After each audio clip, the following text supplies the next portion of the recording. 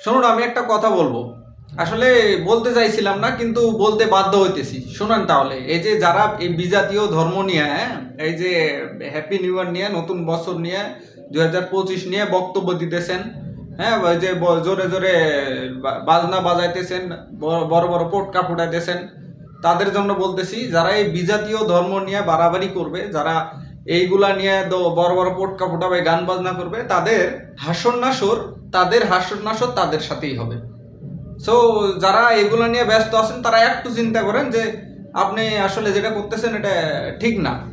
হ্যাঁ, আসলে কিছু বলতে চাইছিলাম না, কিন্তু আমি ঘুমাইতে যাইতেছি। ঘুমাইতে যাওয়ার সময় মানে হচ্ছে যে এত জোরে জোরে আওয়াজ আসতেছে, এত জোরে জোরে মানে বাজনা বাজাইতেছে, যে এত বড় বড় পটকা ফুটাইতেছে, যে মনে হইতেছে যে এটা আসলে this is not a Muslim country, you know. আপনারা হয়তোবা অনেকেই সর্ব সর্বধর্মীয় দেশ বলতে পারেন, বাট একটা মুসলিম কান্ট্রি হিসেবে যারা মুসলমান, এটার থেকে দূরে থাকে বেটার। কারণ আপনি গান বাজনা নিজে করা তো পাপ, নিজে করা পাপ না, নিজে করা পাপ।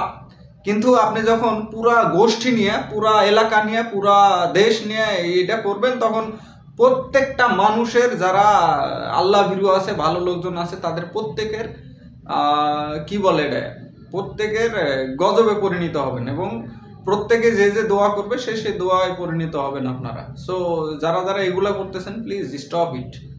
It's time for stop.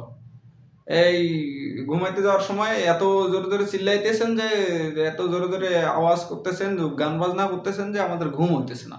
এরকম আমি শুধু একাই না, ভুক্তভোগী আরো হাজার হাজার মানুষ আছে। হ্যাঁ, ঠিক আছে, আপনি নতুন বছরের উদযাপন করবেন, এটা আসলে আপনার ব্যাপার, আপনি আল্লাহর কাছে আপনি জবাব দিবেন।